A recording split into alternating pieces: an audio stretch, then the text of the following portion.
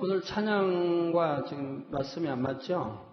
찬양은 제가 지금 말씀을 바꾸하고 있습니다. 오늘 3은 4은을 지난주에 있어야 되는데 지난주 5, 6, 7은을 말씀했습니다. 그래서 그때 찬양이 3, 4은이 나갔고요. 오늘은 또 제가 3, 4은을 오늘 합니다. 바꿔서 제가 설교를 했습니다. 그래서 찬양은 원래대로 5, 6, 7원의 찬양이 지금 나갔습니다. 이해를 해 주시고요. 갑자기 또 2600교회에서 3600교회로 이렇게 나가니까 금요철에 안 오신 분들은 당회장님 혹시 착각하셨나 보다 싶겠는데 또 한 달 사이에 교회가 1000여 개가 불어나서 이제 3600교회가 되었습니다. 네. 감사합니다. 얼마나 빠르게 전 세계에서 많은 교회들이 만민의 지교회로 들어오고 있고 이 만민의 이 성결의 이 복음으로 듣고 또 설교들을 하고 계시고 또 전 세계 많은 나라의 총회장님들 또 목사님들이 우리 만민의 성경대학을 통해서 말씀을 배우고 그리고 그 말씀으로 가르쳐 나가고 있습니다. 또 우리 성도님들이 도와주셔서 아프리카에 만여 권의 십자가 도화 책자가 목회자들에게 전부 드려졌지요.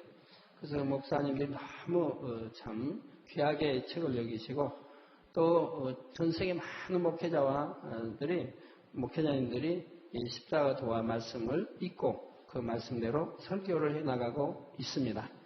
얼마나 참 감사한지요.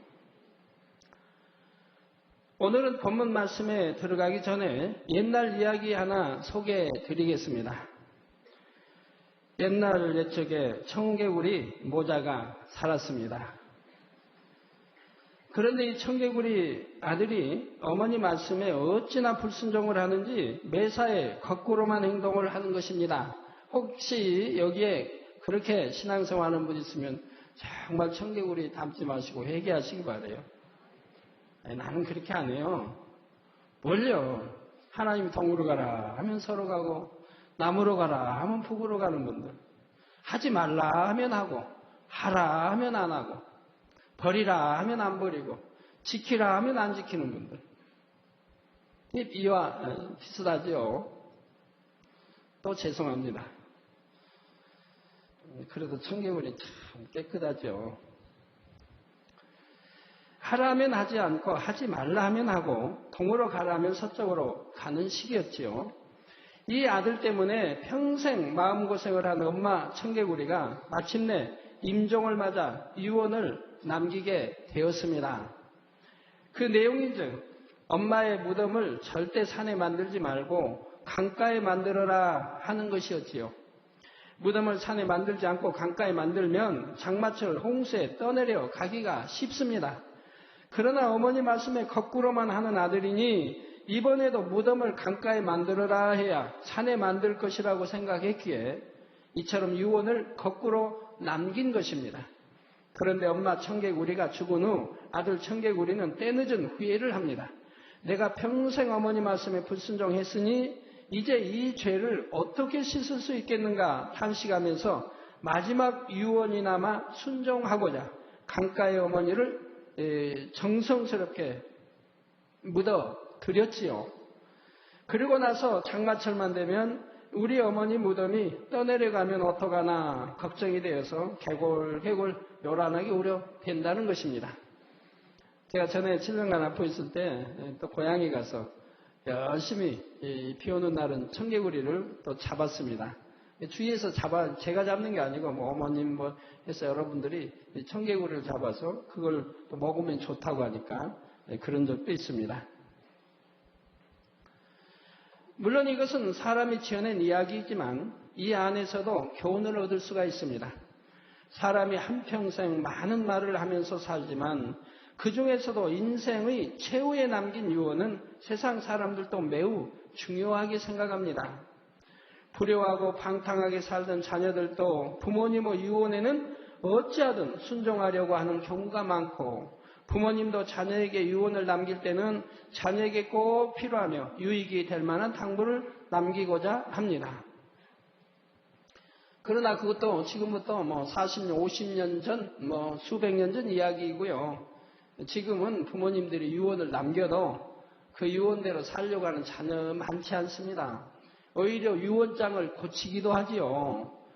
돈을 이렇게 유언해 놓으면 오히려 유언장을 고치고 아니면 유언장을 없애버리고 이렇게 또 달리 쓰기도 하고 또 변호사까지 앞자리에서 이런 경우들이 참 많지 않습니까? 그리고 유언장에 나와 있는데도 그대로 하지 않냐고 내가 더 왜 오빠는 더 많이 갖고 왜 누구는 더 많이 왜 나는 적고 이러면서 다투는 그런 형제 가정도 꽤 있는 것을 보게 되지요. 자, 그런데 육의 부모와는 비교할 수 없이 저와 여러분을 사랑하시는 분이 바로 우리 하나님이시며 또한 주 예수님이십니다. 그런 예수님께서 십자가를 지고 죽으시기 전 마지막 힘을 다해 우리에게 남기신 말씀이 바로 가상칠언이지요. 오늘은 십자가의 도 16번째 말씀으로 가상칠언 중 3번째와 4번째 말씀을 증거합니다. 사랑하는 성도님들은 증거되는 말씀을 통해 예수님께서 남기신 소중한 말씀들을 하나하나 마음 깊이 새기시기 바랍니다. 그래서 우리를 위해 생명을 주신 예수님의 사랑 안에 온전히 거할 수 있는 여러분이 되시기를 주님의 이름으로 축원합니다. 사랑하는 성도 여러분, 가상칠언의 3번째 말씀은 요한복음 19장 26절에서 27절에 나옵니다.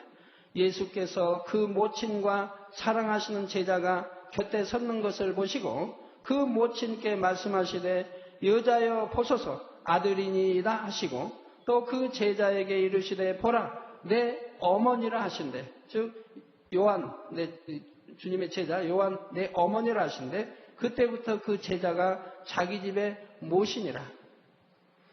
여기서 보소서 아들이니이다 하실 때 아들이란 예수님 자신을 의미하는 것이 아니라 곁에 선 제자 요한을 가리키는 것으로 마리아에게 요한을 아들처럼 여기라 하신 것이지요.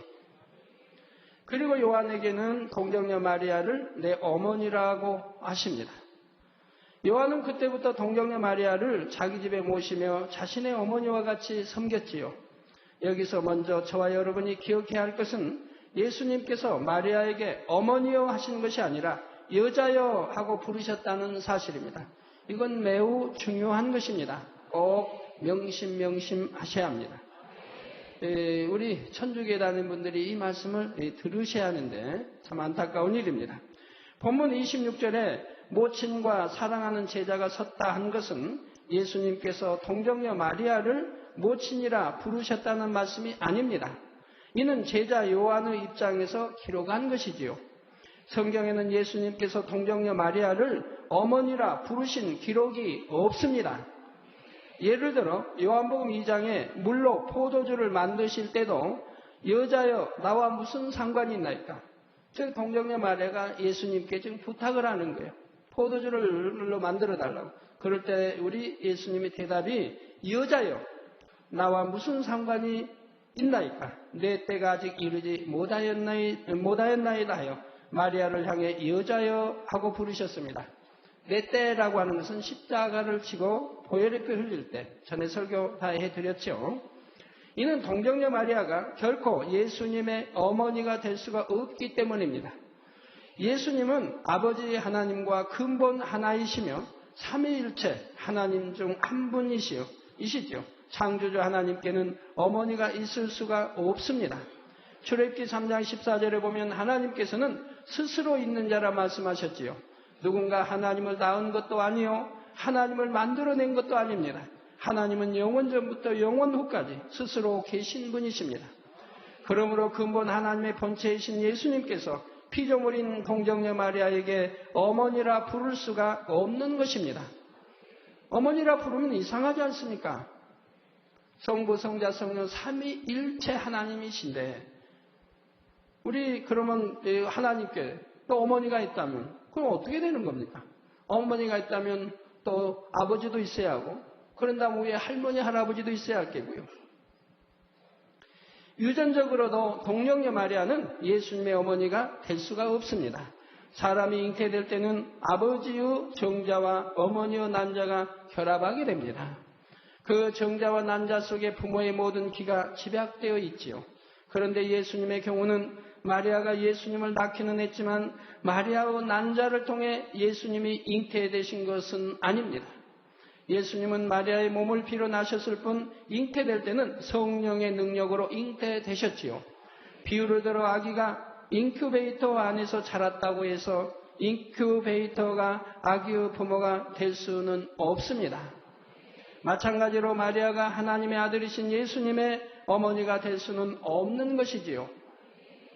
요즘은 복제, 우리 또 박사께서 개를 복제냈다고 하죠. 개 복제는 어려운데 성공을 했다고 합니다. 그런데 만약 개 복제해서 개가 태어났으면 어떻게 개 복제한 황 박사님을 보고 아버지라고 부를 수 있을까요? 그럴 수도 없는 것이고요. 하나님께서는 하나님의 자녀들이 스스로 계신 성부, 성자, 성령 하나님만을 섬기고 경배하기 원하십니다. 그래서 출애굽기 20장 3절에서 5절 전반절에 보면 너는 나 외에는 다른 신들을 내게 있게 말지니라. 너를 위하여 새긴 우상을 만들지 말고 또 위로 하늘에 있는 것이나 아래로 땅에 있는 것이나 땅 아래 물속에 있는 것에 아무 형상이든지 만들지 말며 그것들에게 절하지 말며 그것들을 섬기지 말라 하셨습니다. 스스로 계신 하나님 외에는 어떤 피조물도 그 형상을 만들어 경배해서는 안 되는 것입니다. 다음으로 예수님께서 동정녀 마리아에게 여자여 보소서 아들이니이다 하신 말씀은 마리아를 위로하고 계시는 말씀입니다. 사랑하는 예수님께서 고난당하시는 것을 볼 때 마리아는 마치 칼로 마음을 찌르는 듯한 고통을 받고 있는 상황입니다. 사상하신 예수님께서는 이런 마리아를 기억하심으로 마지막 순간까지도 마리아를 위로하시며 제자 요한을 친아들처럼 의지하게 하신 것이지요. 그리고 요한에게는 보라 내 어머니라 하심으로 마리아를 어머니처럼 섬기도록 당부하셨습니다. 마리아는 동정녀로서 예수님을 낳은 후 남편인 요셉과 동침하여 여러 자녀들을 낳았습니다. 그러나 예수님께서는 마리아의 자녀들이 아니라 제자 요한에게 부탁하시며 내 어머니라 하셨지요. 여기서 우리는 우리의 참된 소속이 어디인지를 깨달아 알아야 합니다. 빌립보서 3장 20절에 오직 우리의 시민권은 하늘에 있는지라 거기로서 구원하는 자 곧 주 예수 그리스도를 기다리노니 했지요. 이 말씀처럼 구원받은 우리는 하늘의 시민권을 가진 천국의 백성입니다. 그렇기 때문에 천국의 백성이니 천국의 법도 하늘의 법도 하나님의 법도를 따라서 살아야 되지 않겠습니까? 우리가 유구 세상의 육의 시민권은 여러분 서울에 사시면 서울 특별 시민권을 가지고 있습니다. 아니면 우리 국적, 우리 대한민국의 국적을 가지고 있고요. 그래서 대한민국의 법을 따릅니다. 서울시에 사니까 서울시의 법을 따르는 것입니다. 그러나 여러분이 미국에 가시면 미국의 법을 따라야 됩니다. 그런데 우리의 시민권은 영원한 시민권은 천국에 있으므로 우리 영은 바로 천국의 법도 하나님의 법도를 따라 살아야 하는 것입니다. 사람이 주님을 영접하는 순간 마치 아이가 태어났을 때 출생신고를 하는 것처럼 그 이름이 천국의 생명책에 기록되죠. 여러분이 성령을 받는 그 시간에 여러분 대한민국 누구 몇 년, 몇 월, 며칠, 몇 시에 주님을 영접하여 바로 성령을 받은 하나님의 아들이다, 딸이다라고 생명책의 이름이 기록이 되어진다 이 말입니다. 생명책에 기록된 천국 백성들의 아버지는 하나님이시며 천국 백성들의 참된 형제자매는 주를 믿는 하나님의 자녀들입니다. 그러면 분명히 육의 부모가 우리를 낳았는데 왜 하나님은 우리의 아버지라 하는 것입니까? 이는 우리 생명의 근원이 하나님께로부터 왔기 때문입니다. 우리의 몸을 낳은 것은 육의 부모이지만 근본적으로 부모의 정자와 난자도 하나님께서 주신 것이지요. 아버지의 아버지, 그 아버지 이렇게 계속해서 거슬러 올라가면 결국 우리 모두의 조상은 아담입니다. 참 족보 따지는 분들 참 이해가 되지 않아요. 족보 따지는 우리 누구에 가면 무슨 씨, 어디 태생이고 하는 거 참 이해가 되지 않아요. 그 우리나라 성씨가 좀 많습니까? 그런 것 성씨, 조만한 성씨에 그 거슬러 올라가면 조선 왕조 또는 고구려, 고려 때 많이 나올 텐데, 고려 초기에. 그럼 그가 조상입니까? 그거 조상을 낳은 또 있을 거 아닙니까? 또 아버지가 있고, 할머니, 할아버지가 있고 있지 않습니까? 결국 거슬러 올라가면 우리는 아담의 모두 한 형제라 이 말입니다. 모두 한 형제 자매입니다. 같은 핏줄을 받은 모두가 형제 자매인데 마치 그냥 같은 성씨만 같으면 또 고양이 같으면 이 조그만 나라에도 왜 그렇게 고향 따지는지 다 한 부모 밑에서 나 같은 피를 받고 태어났는데 말이에요. 그래서 저는 개척이 지금까지 고향 어디 따지고 호남분이가 따지고 해본 적 없고 족보 따져본 적 없어요. 왜? 이 영적인 뜻을 알기 때문에. 우리 모두의 조상은 아담입니다. 인류의 시조인 아담의 생명은 하나님께로부터 왔지요. 하나님께서 친히 아담의 몸을 만드시고 그 안에 생기를 불어 넣으셨습니다. 그러니 결국은 근본적으로 우리 생명은 하나님으로부터 왔다는 사실입니다. 또한 사람이 결혼하여 자녀를 낳는다고는 해도 하나님께서 허락하지 않으시면 생명을 잉태할 수가 없습니다. 또한 잉태된 아이에게 영혼을 주시는 것도 하나님의 소관이지요. 의학이 발달하여 사람을 복제한다고 설령 쳐도 우리 이 형상만 사람이지 바로 만물의 영장인 사람이 태어날 수는 없는 것입니다. 저번에 개를 복제하면서 사람 복제는 불가능하다 이런 말이 나오더라고요. 그런데 우리 사람 복제는 불가능합니다. 그러나 설령 예를 가정해서 수백 년 후에 복제를 한다 해도 그거는 이 사람의 형상만 닮은 것이지 내용물은 닮을 수가 없다 이 말이에요. 즉 영이 없는 짐승과 같은 그런 사람 형상이 나온다 이 말입니다. 그러니까 사람 복제는 되지 않는 거예요. 사람은 영이 있어야 하는데 영이 없으면 짐승과 다름없으니 형상만 사람이라 이 말입니다. 그러니 복제는 불가능하지요. 오늘날 과학이 발달하다 보니 유전공학으로 인류를 복제하는 기술에 대해 많은 논란이 있는 것도 봅니다. 그러나 앞으로 아무리 유전공학이 발달한다 해도 영원히 사람의 영혼을 만들어낼 수는 없습니다. 설령 사람의 형상 곧 육은 복제할 수 있다 해도 하나님께서 그 안에 영을 주시지 않으니 그 복제된 형상은 짐승과 다름이 없으며 참된 사람이라 할 수 없는 것입니다. 또 잉태된 자녀의 성별이나 성품, 외모도 부모가 원하는 대로 할 수 있는 것이 아니지요. 오직 한 분 하나님만이 사람의 생명을 주관하실 수 있는 것입니다. 본교회에서는 잉태하지 못하던 부부가 하나님의 능력으로 잉태한 사례가 아주 많습니다. 이분들은 결혼한 지 3년, 5년, 7년, 심지어 10년, 어떤 분은 21년 이상씩 잉태하지 못하므로 병원도 가보고 온갖 방법을 동원해 보았지만 결국 아이를 갖지 못했던 분들이지요. 그런데 저에게 나타나는 하나님의 권능을 듣고 믿음으로 나와서 기도받았을 때 하나님의 역사로 잉태하게 되었던 것입니다.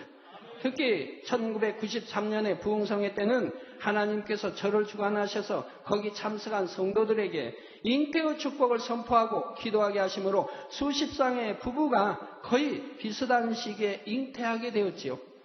잉태 못하던 부부들이.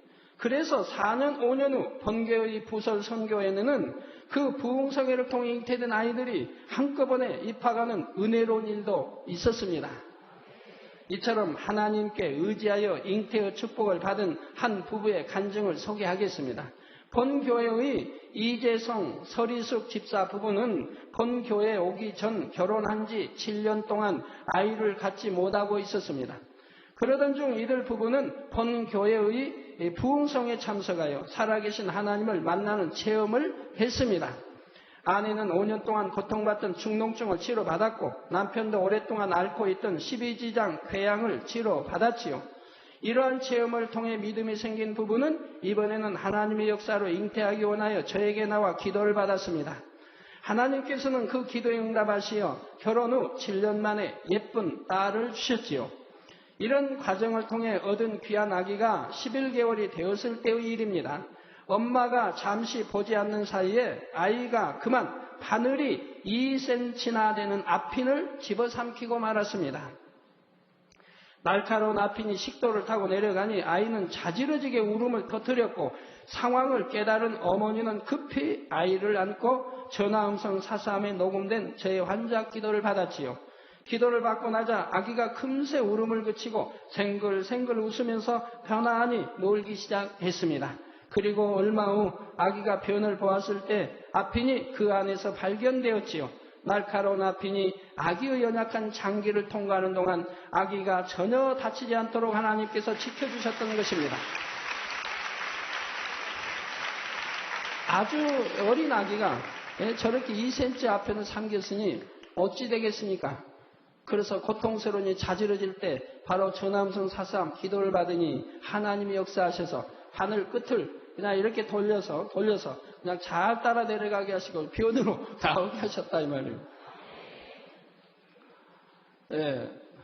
아핀 이야기가 나오니까 참 재밌는 그 간증이 있습니다. 제 이미영 전도사가요. 저희 집 이미영 전도사가 쇠부치를 잘 먹습니다. 아핀도 잘 먹고요. 뒷면 바늘도 먹어버리고요. 저는 그런 사실을 몰랐어요. 아주 오랜 후에, 그러니까 최근에 저에게 그런 사실을 고백합니다. 당회장님, 전 어려서부터 아핀도 먹고 막 쇠부치를 먹었다는 거예요. 깜짝 놀라서, 아니 그걸 어떻게 먹니? 왜 먹었니? 했더니 어려서 제가 재밌는 이야기를 한다고 해줬는데 그걸 믿음으로 받은 겁니다. 주간지에 보니까 우리나라의 어떤 사람이 쇠부치를 먹고 사는 거예요. 근데 그걸 그렇게 맛있게 먹어요. 그걸 먹고 그런다고 탈도 나지 않냐고. 근데 쇠부치가 영양가 제공은 한 건 아니겠지만 하여튼 그걸 맛있게 먹는 것이 주간지에 났어요. 그래서 그걸 제가 개척 전에 어렸을 때 그 이야기를 해줬어요. 그럴 때 이명 전사 그걸 사실로 받아들였나 봐요. 이 쇠부치를 먹어도 되나 보다. 그러고 그때부터 아핀이고 뭘 먹으면 씹어 삼켜 먹은 거예요. 그래서 제가 놀라서 아니 그걸 어떻게 그런 아핀 같은 거를 찌르지도 않던 어떻게 먹었느냐 했더니 탁 먹다 보니까 요령이 생기대요. 입안 넣어서 그냥 어금니에서 깨물어서 해가지고 휘어가지고 그래서 삼키곤 했다고 그래요. 그래서 사실은 저도 쇠부치는 안 먹지만 갈치 가시가 꽤 길지 않습니까? 단단하고. 근데 그런 갈치 뼈든 고등어 뼈든 뼈 긴 거 그냥 통째로 넣고 먹어버리죠. 저는 초등학교 때부터 먹기 시작을 했어요. 그래서 뼈 아주 잘 먹어요. 아주 단단한 가시도 그냥 길게 있잖아요. 그걸 그냥 넣고 그대로 삼켜 먹어요. 근데 왜 제가 그걸 먹게 됐냐면 저희 유괴 아버지가 이게 생선을 잡수면 머리만 잡습니다. 머리만. 고등어 하면 자녀들, 가족들 주고 머리만 잡수세요. 그래 이제 가족들이 아버지 이거 잡수고 그냥 머리는 놔두세요 해도 안 들으세요. 그러면서 설명하시기를 이 머리에는 영양가가 참 좋단다. 그래서 이건 내가 먹는다. 나머지는 너희들이 먹어라. 그러세요. 그래서 그런 줄만 알았어요. 그런데 성장하고 하나님을 영접하고 나서 아버지의 깊은 뜻을 알게 됐죠. 아버지가 그 머리가 맛있어서 드셨겠습니까? 자녀들을 위해서, 가족을 위해서. 이 살은 다 좋은 그녀는 양보하시고 이제 이 머리는 버려지니까 그 당시는 이렇게 생선도 귀하고 어떤 무슨 명절 때나 생일 때나 특별한 때 장에서 사다가 해 먹는다 이 말. 그러니까 이 머리 버리기가 아까우시니까 이건 아버지가 드시고 살로 된 것들은 자녀와 가족을 먹게 아버지가 배려하셨다 이 말입니다. 그러나 아버지가 설명을 해 주겠습니까? 설명하면 누가 자녀들이 먹게 아버지 드시게 하시겠습니까? 왜 설명 안 했는데 이제 주님을 영접하고 그 아버지의 기쁜 뜻을 알게 됐죠. 그리고 뼈 같은 것도 버리기가 아까워서 아버지는 잡수세요. 그리고 이게 영양가가 좋단다 하고 잡수세요. 그래서 저도 영양가가 좋단다 하고 아버지가 즐겨 드시니까 저도 따라서 먹게 된 거예요. 뼈를. 먹다 보니까 요령이 생기잖아요. 그래가지고 입에 넣어도 하나도 입안 다치지 아니하고 찔리지 아니하고 그냥 꼭꼭 씹어서 삼키면 맛도 좋고 영양가 있어 좋고 그냥 그건 지금도 버리지 않아요. 왜? 영양가 있으니까 몸에 좋으니까 또 먹는데 아무 거침이 없고 또 뼈를 씹다 보면 아주 맛이 참 좋아요. 그래서 저는 지금도 먹습니다만 그러나 여러분 따라하지 마세요. 괜히 했다가 입안 상처 나시니까요. 예, 참 이 아기도 2cm 앞편이 넘어갈 때 조그만 아기인데 하나님이 기도받자 그 앞편을 방향을 돌려서 순서에 따라 찌르지 않고 내려가도록 이렇게 역사에서 변으로 빠져나오게 한 것을 볼 수가 있습니다. 얼마나 감사한지요. 우리 잉태 말씀이 나왔으니 참 저를 통해서 기도받고 잉태하지 못한 분들이 수도 없이 잉태했죠. 우리 성도뿐 아니라 지교에도 마찬가지고 또 해외 각 나라에 참 많이 있습니다. 그래서 일본에는 잉태 못한 분들이 제 기도를 받고 잉태해서 교회가 하나 또 생긴 거 여러분도 잘 알지 않습니까? 그래서 그 교회가 왕성하게 충만히 나아간 거 여러분들이 또 잘 아시죠. 우리 김진홍 국장이 지금 두바이에 있는데 거기서 저번에 편지가 왔더라고요. 당회장님이 그 결혼해서 아기를 낳지 못한 부부 두바이 갔을 때 저를 찾아왔어요, 호텔로. 그래서 잉태 축복 기도를 해줬어요. 그랬더니 바로 잉태해가지고 이제 날 때가 되니까 너무나 이 아이가 귀한지 두바이에서 낳지도 않냐고 미국 가서 낳아가지고 왔어요. 그래가지고 저번에 한돌이 돼서 초청을 받았다고. 그래서 거기서 이렇게 초청받아서 함께 식사하고 왔다고 간증을 해주시면 그 부모님들이 아기를 안고 얼마나 행복해하는지 이렇게 참 전해온 걸 볼 수가 있습니다. 그래서 세계 곳곳에 얼마나 많이 저희 기도를 통해 잉태받은 분들이 많이 있는지요. 네, 사랑하는 성도 여러분, 사람에게 영혼을 주시는 분도 하나님이시요 생사화복을 주관하시는 분도 하나님이시며 이런 하나님께서 바로 저와 여러분의 아버지가 되십니다. 그런데 하나님을 믿지 않고 세상 정욕을 따라 살아가는 사람들은 하나님을 아버지라 부를 수가 없습니다. 성경에는 이런 사람들에 대해서 너희 아비는 마귀라 말씀하고 있죠. 육으로 낳은 그 아버지를 지금 말하는 게 아니죠. 요한복음 8장 44절에 너희는 너희 아비 마귀에게서 났으니 너희 아비의 욕심을 너희도 행하고자 하느니라. 저는 처음부터 살인한 자요 진리가 그 속에 없으므로 진리에 서지 못하고 거짓을 말할 때마다 제 것으로 말하나니 이는 저가 거짓말장이요 거짓의 아비가 되었음이니라 하셨습니다. 세상 사람들은 마귀가 미혹하는 대로 범죄하며 살다가 세상 끝날에는 지옥불에 던져집니다. 반면 하나님을 아버지라 부르는 성도들은 영원히 천국에서 삽니다.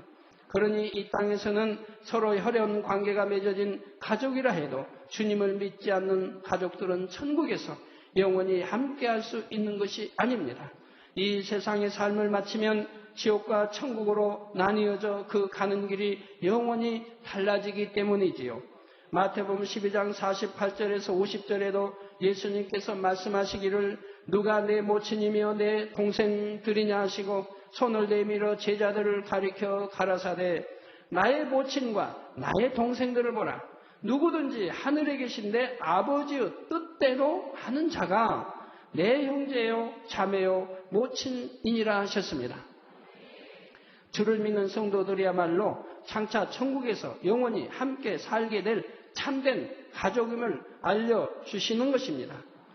그러니 이 땅에서는 나를 낳아준 부모요 또 형제라 할지라도 하나님 주님을 영접치 않는다면 결국은 이제 영원 하나님 가시면 그들은 지옥으로 또 하나님을 믿은 주님을 영접한 사람들은 천국으로 가게 되니 지옥은 원수 마귀의 다스림 속에 있는 것이요 천국은 아버지가 주인 되시고 아버지가 다스림 속에 있는 것이라 이 말입니다. 그리고 하나님의 자녀들을 그곳에 간 그들이 내 모친이 되고 내 부모가 모친이 되고 그리고 내 형제가 되고 자매가 되는 것이라 이 말입니다.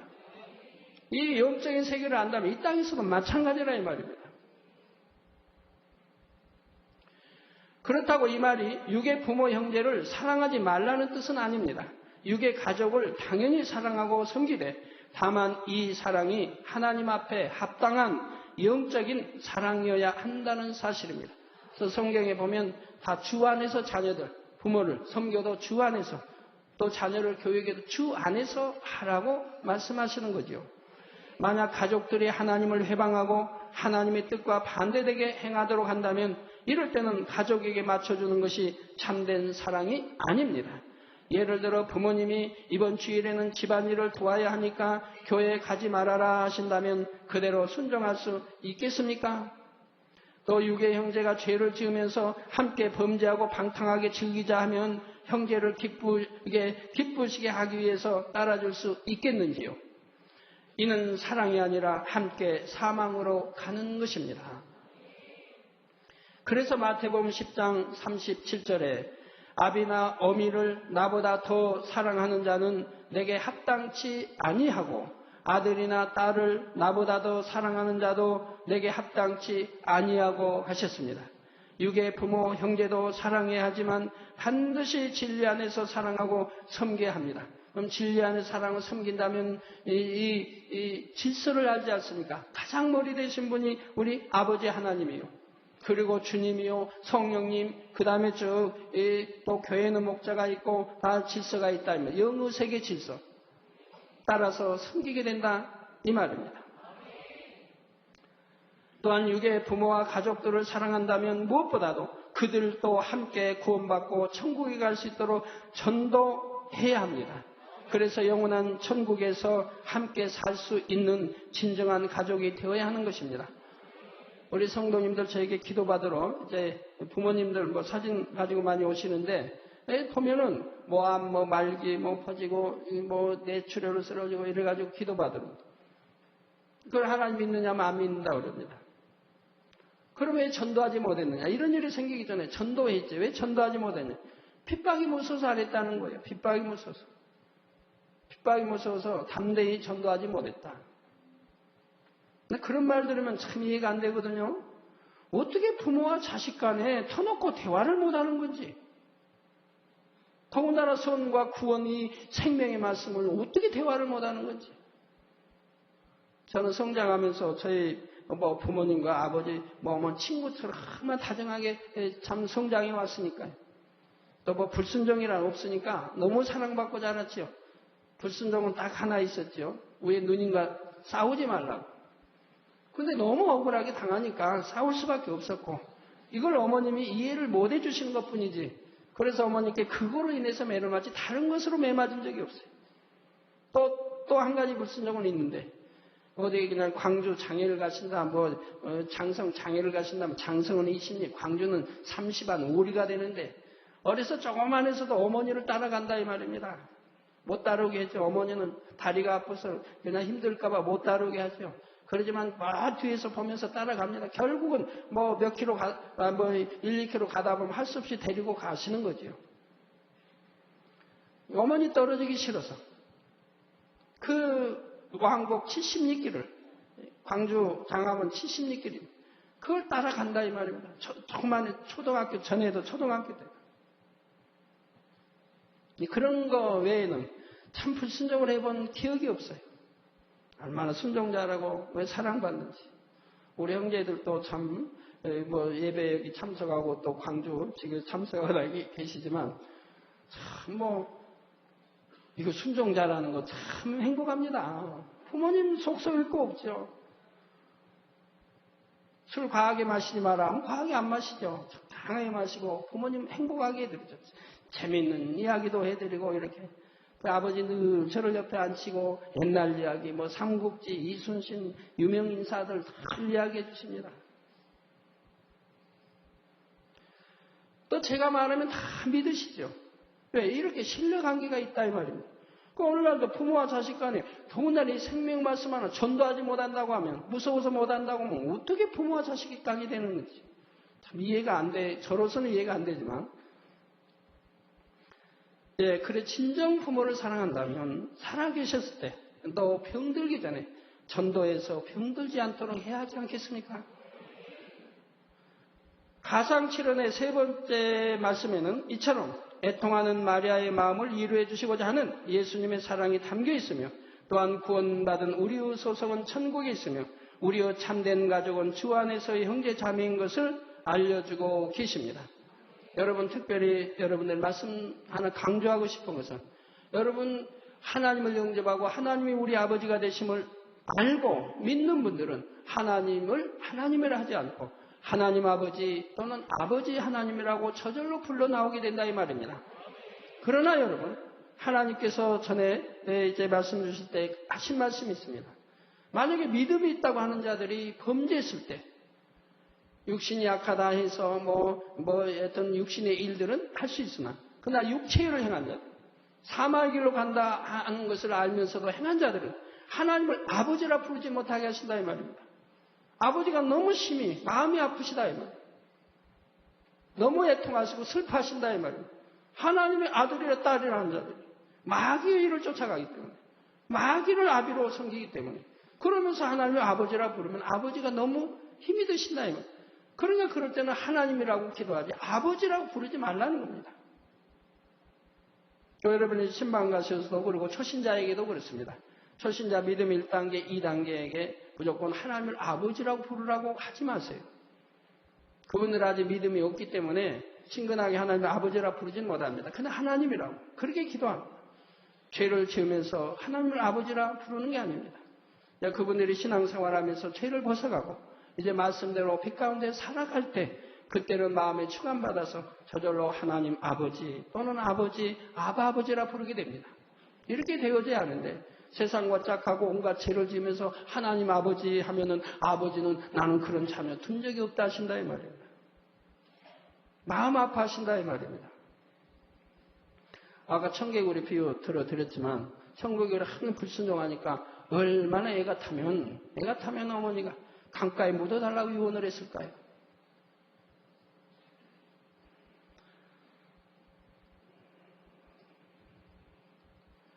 그리고 여러분들이 대표기도로 기도하신 분들, 또 사회 단에서 인도할 때는 하나님을 하나님 또는 아버지 하나님 이렇게 이제 부르게 되지요. 왜냐하면 초신자도 있고 믿음이 없는 분들, 잘 알지 못하는 분들이 다 섞여 있기 때문에 기도할 때는 하나님 아버지 또는 아버지 하나님 이렇게 하게 됩니다. 그러나 이제 개인적으로 기도할 때는 믿음이 좋은 분들은, 이제 하나님 말씀대로 빛 가운데 산다 하는 분들은 하나님이라 부르지 않고 그냥 아버지 또는 아버지라고 부르게 되죠. 저는 저 혼자 기도할 때나 저 혼자 묵상할 때나 항상 하나님을 넣어본 일이 없어요. 그냥 아버지 또는 아버지 하나님, 아버지 또는 아버지 이렇게 이제 부르며 기도하게 되죠. 아버지 하나님 하면 좀 거리가 좀 먼 것 같아요. 다음으로 가상칠언 중 네 번째 말씀은 마태복음 27장 46절에 나옵니다. 제9시쯤에 예수께서 크게 소리질러 가라사대 엘리 엘리 라마 사막다니 하시니 이는 곧 나의 하나님 어찌하여 나를 버리셨나이까 하는 뜻이라 했지요. 이 때가 제9시쯤이라 했습니다. 성경 사복음서를 다 읽어보세요. 우리 주님이 아버지 즉 하나님을 하나님이라 부른 적이 없습니다. 오직 항상 아버지라 했습니다. 처음 공생의 시작부터 항상 아버지라고만 제자들이 가르쳤습니다. 그런데 여기에서 딱 아버지 말이 빠진 나의 하나님 어찌하여 나를 버리셨나이까라는 말이 나온다, 말씀이 나온다 이 말이에요. 마가복음 15장 25절을 보면 때가 제3시가 되어 십자가에 못 박으니라 하여 제3시 즉 우리 시간으로 하면 아침 9시경에 십자가에 못 박히셨습니다. 그래서 제9시가 되었다면 혹독한 고통 속에 피를 흘리시면서 6시간째 매달려 계셨다는 말이지요. 혹자는 어찌하여 나를 버리셨나이까 하신 말씀을 두고 예수님께서 심한 고통으로 인해 하나님을 원망하시는가 보다 하고 오해하기도 합니다. 그러나 예수님께서는 하나님을 원망하시거나 고통으로 인해 탄식하신 것이 결코 아닙니다. 예수님께서는 이 땅에 오시기 전부터 이미 앞으로 되어질 일을 다 아셨고 십자가의 고통에 대해서도 다 아셨습니다. 그러면서도 아버지의 섭리를 이루기 위해 기꺼이 십자가의 길을 선택하셨지요. 그런 예수님께서 더구나 모든 고통이 끝날 때가 되었는데 이제 와서 하나님을 원망하실 리가 없습니다. 이 말씀에는 원망이나 탄식이 아니라 중요한 영적인 의미가 담긴 것입니다. 먼저 이 말씀을 하실 때 예수님께서는 크게 소리질러 말씀하셨다 했지요. 예수님께서는 이렇게 소리 지르실 만한 기운이 남아있지도 않으셨습니다. 밤새 끌려다니며 신문을 받으셨고 심한 채찍질을 당하셨지요. 몇 차례나 쓰러지시면서 무거운 십자가를 지고 골고다 언덕을 오르셨습니다. 이런 상태에서 십자가에 못 박히셨고 6시간을 피 흘리며 매달려 계십니다. 그러니 작은 소리로 말씀하시기도 힘든 상황인데 힘을 다해 큰 소리로 말씀하고 계시는 것입니다. 이는 바로 모든 사람들이 이 말씀을 듣고 깨달아야 하기 때문입니다. 왜 예수님께서 하나님께 버림받으셔야만 했는지, 왜 참혹한 십자가에 못 박히셔야만 했는지 모든 사람이 듣고 깨닫기를 원하신 것이지요. 지금 예수님께서는 저주받은 십자가에 달리시기까지 하나님으로부터 철저히 버림받으신 상태입니다. 그 이유가 무엇입니까? 바로 죄인된 모든 인류의 죄를 대속하시기 위해서 스스로 홀로 이 죄의 짐을 지신 것입니다. 담당하신 것입니다. 우리 모두가 율법의 저주로 인해 하나님으로부터 버림받을 운명이었는데 예수님께서 그 저주를 대신 받으시고 하나님으로부터 버림받으신 것입니다. 지옥으로 갈 수밖에 없는 저와 여러분을 구원하여 천국에 인도하시기 위하여 예수님께서 대신 죽으신 것이지요. 바로 이런 의미를 모든 사람들이 알기 원하시므로 예수님께서는 온 힘을 다해 외치고 계십니다. 사랑하는 성도 여러분, 성경에 보면 예수님께서는 하나님을 부르실 때 항상 친근하게 아버지라 부르셨습니다. 사람들이 하나님을 믿고 기도하기 시작하면 처음에는 하나님이라고 부릅니다. 그러다가 믿음이 자라는 만큼 점차 하나님 아버지 혹은 아버지 하나님이라고 부르지요. 하나님께서 아버지심이 마음에서 믿어지기 때문에 자연스럽게 아버지라는 표현을 쓰게 되는 것입니다. 더 깊이 하나님을 사랑하고 교통하는 사람들은 하나님이라는 호칭도 잘 붙이지 않고 그냥 아버지 혹은 아바 아버지라고 표현하지요. 너무나 다정하고 사랑스러운 아버지이시기에 굳이 하나님이라는 말도 잘 붙이지 않는 것입니다. 그만큼 하나님과의 사이에 개인적이고 친밀한 관계가 이루어진 것이지요. 비유를 들어서 대기업 회장의 아들이 계열사의 사장을 맡고 있다고 합시다. 그러면 사장인 아들이 회장을 부를 때 공식적인 자리에서는 회장님이라고 하겠지만 사적인 자리에서는 아버지라고 부릅니다. 만약 가정에서 집안에서도 식탁을 놓고도 회장님 아들이 아버지 앞에 한다고 하면 이 얼마나 거리가 먼 일입니까? 거기에서는 사적인 이런 일에서는 아버지라고 부른다 이 말입니다. 만약 사적인 자리에서도 회장님이라고 부른다면 이 부자관계는 뭔가 어색한 관계이겠지요. 성도들이 하나님을 대할 때도 마찬가지입니다. 하나님을 사랑하고 깊은 교감을 느끼는 자녀들은 기도할 때 아버지 하고 다정하게 부르게 됩니다. 단 많은 사람들이 모인 자리에서 공식적으로 대표 기도를 할 때는 믿음이 크고 적은 여러 사람을 대표하는 것이니 하나님 혹은 아버지 하나님이라고 부르는 것이 더 적절한 것이고요. 예수님께서는 하나님의 아들로서 항상 깊은 사랑을 나누셨고 기도하실 때도 늘 아버지라 부르셨습니다. 그런데 본문에는 유독 나의 하나님이라고 부르고 계시는 것입니다. 그 이유가 무엇일까요? 이는 바로 저주받은 죄인의 입장에서 하나님을 부르시는 것이기 때문입니다. 예수님은 지금 인류의 모든 저주를 대신 지시고 죄인의 신분으로 십자가에 달리셨지요. 거룩하신 하나님을 향해 죄인이 감히 아버지라 부를 수 없는 것입니다. 그러니까 빛 가운데 살지 않을 때, 죄를 지으며 살 때는 하나님을 아버지라 부를 수가 없다 이 말입니다. 더군다나 믿음이 있다고 하는 사람들이 사망의 길로 가는 육체의 일을 행했을 때는 하나님을 아버지라 불러서는 아니 되는 것이고요. 그러니 지금 예수님께서도 죄인들을 대신하여 버림받고 십자가에 달리셨음을 말씀하시는 장면에서는 아버지라 하지 않으시고 하나님이라 하신 것입니다. 여러분도 마찬가지입니다. 주를 믿는다면서도 여전히 죄 가운데 살 때는 하나님의 자녀로서 당당하게 기도할 수가 없습니다. 그래서 성경에서 죄를 짓지 않을 때 마음이 내가 책망할 수 없을 때는 하나님께 무엇이나 구하라고 했잖아요. 그러면 다 주신다고. 하나님의 뜻대로 살지도 않고 하나님의 대적 원수 마귀 사단이 미혹하는 대로 살아가면서 하나님을 담대하게 아버지라고 부를 수는 없는 것이고, 또 아버지라 부른다 해서 응답이 오는 것도 아닌 것이고, 하나님께서도 너는 정녕 내 자녀라, 내 아들이고 딸이다 인정하실 수가 없는 것이고요. 예수님께서는 아무 죄 없으신 하나님의 아들이시면서도 죄인들을 대신하여 버림받으셨으며 그로 인해 아버지라 부르시지도 못하고 계십니다. 이처럼 예수님께서 하늘의 모든 영광을 다 버리고 죄인들과 같이 버림받으신 이유를 깨닫게 하시고자 예수님께서는 힘을 다해 큰 소리로 말씀하고 계십니다.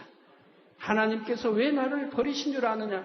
내가 이처럼 버림받은 것은 바로 너희를 사랑하여 너희 죄를 대속하기 위함이라 하고 모든 사람에게 알리기 원하시는 것이죠. 그래서 이런 것을 아는 믿음 있는 사람들이 다시 육체의 일을 행할 때는 성경에 뭐라고 기록하고 있습니까? 다시금 예수를 십자가에 못 박은 자가 된다 이 말입니다. 그러므로 구원이 없음을 성경은 분명히 말씀하고 있다 이 말입니다.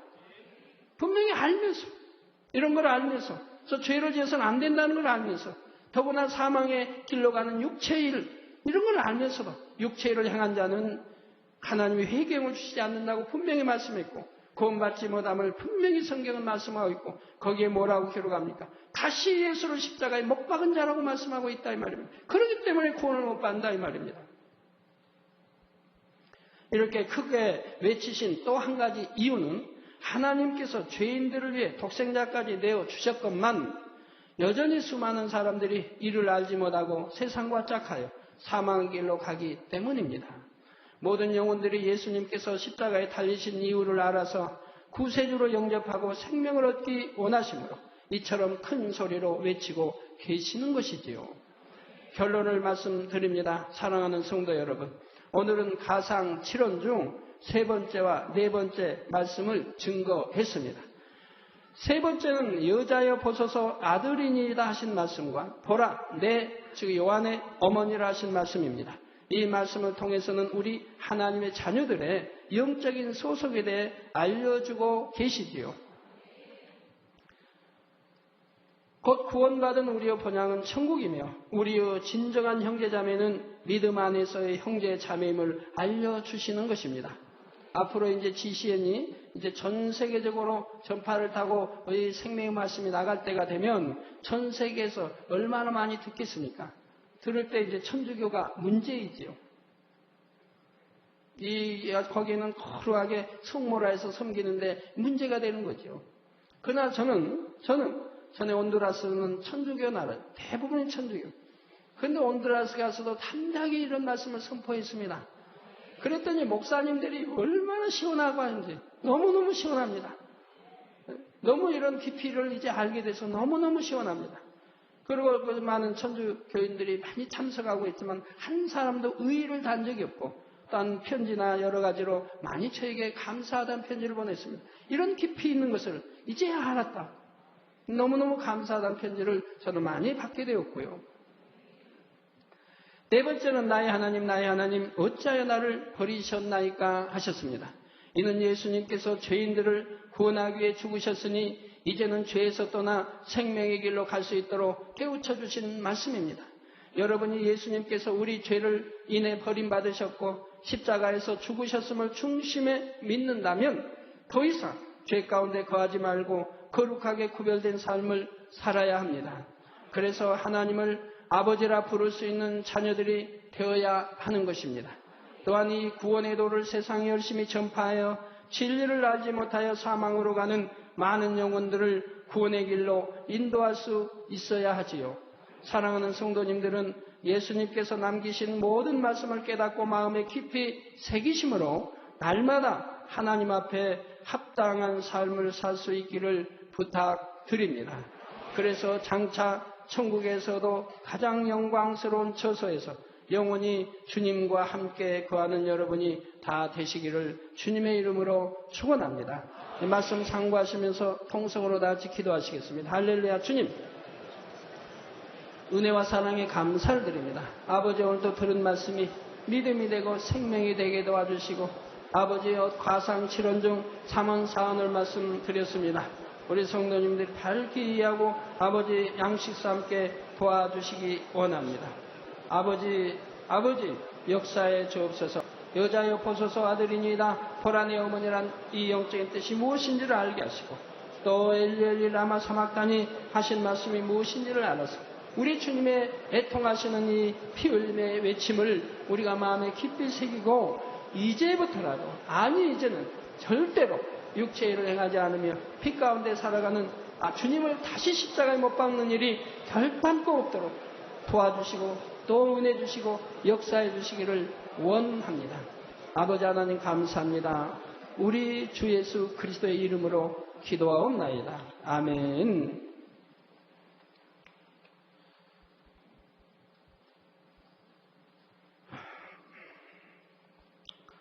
사진께도 요청이 여러 개 왔네요. 은혜로워서 하나 읽어드릴게요. 물론 다른 것도 읽어야 되겠네요. 사랑하는 목자님께 저를 생명으로 이끌어주신 목자님께 주님의 이름으로 문안드립니다. 저는 중국 연용성 흑산 성도입니다. 이름을 생략하겠습니다. 저는 1993년 주님을 영접하였고 7년 동안 주님을 사랑하며 신앙이 뜨거워졌습니다. 주님을 영접한 지 6일째 되는 날 저는 꿈에 주님께 이끌려 하늘에 올라갔습니다. 거기에는 탁자 하나가 놓여 있었는데 그 위에는 성경이 펼쳐져 있었고 붉은 글씨로 24라는 숫자가 쓰여 있었습니다. 방 안은 눈이 부시도록 밝았으며 주위에서 들려오는 사람들의 말소리는 너무 듣기가 좋았습니다.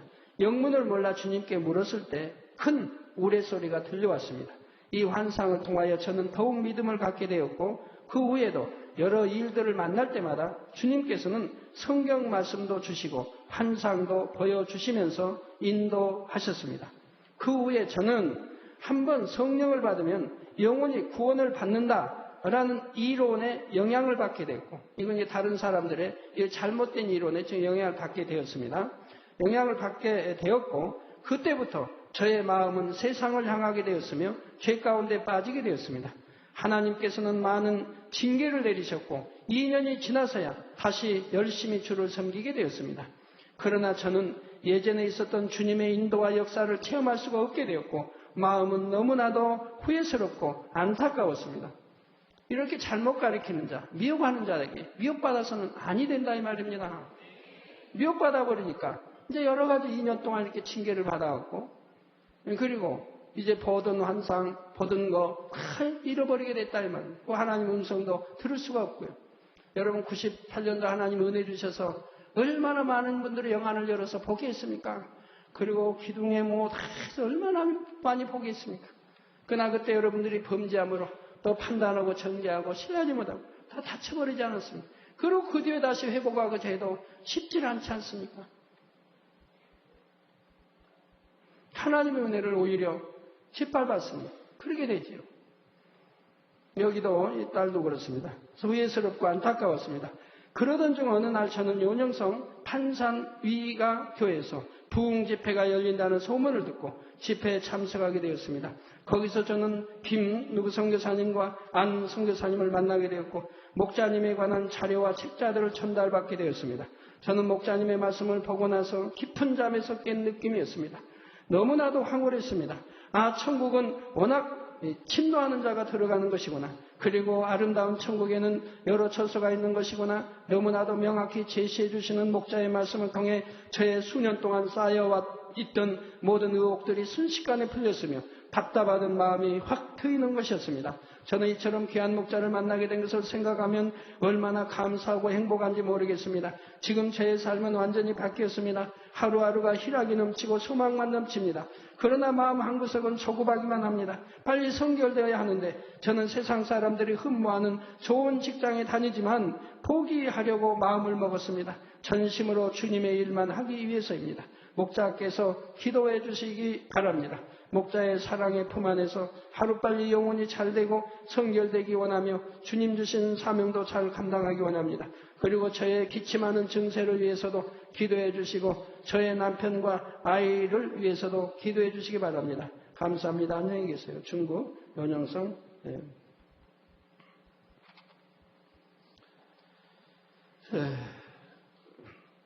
네, 됐습니다. 사랑하는 당연히 안녕하세요. 저는 신명 한국 일본인 성도 다카미네 수리케 성도입니다. 나이는 45세이고요. 여자입니다. 당연히 함께 기도받기 위해서 글을 올립니다. 저희 집안은 일본에서 어머니가 우상을 심히 섬기는 집안입니다. 그래서인지 저는 악한 영에 사로잡혀 이 혼란 속에서 벗어나고 싶지만 되질 않습니다. 지금의 상태를 말씀드리자면 TV를 볼 때 TV에 나오는 모든 사람들이 저에게 욕을 합니다. 그리고 이런 음성이 들려옵니다. 미국 테러와 영국 테러가 발생한 것은 너 때문이다. 이런 음성을 들을 때 너무 괴롭고 제 자신이 사로잡혀 있음을 느끼면서도 벗어날 수 있는 힘이 제게는 없습니다. 성도도 가끔 기도받으면서 그런 분이 있는 거 봐요. 사로잡혀서 그냥 다 보는 사람, 우리 성도는 보면 자기만 욕하는 것 같고, 자기 외면하는 것 같고, 힐끗거리는 것 같고, 이렇게 한다고. 그것도 보면은 왜 그 사람들이 믿기만 한 게 아니라 저 사람은 죄인이야, 저는 무슨 죄를 지고 있어, 많이 이렇게 역사를 받고, 이래가지고 고통받는 분들도 있는 거 보는데, 참 여기는 다 TV도 볼 수가 없겠네요. 이하 생략하고요. 주일 2부 대회 때 기도받겠습니다. 감사합니다. 그렇지.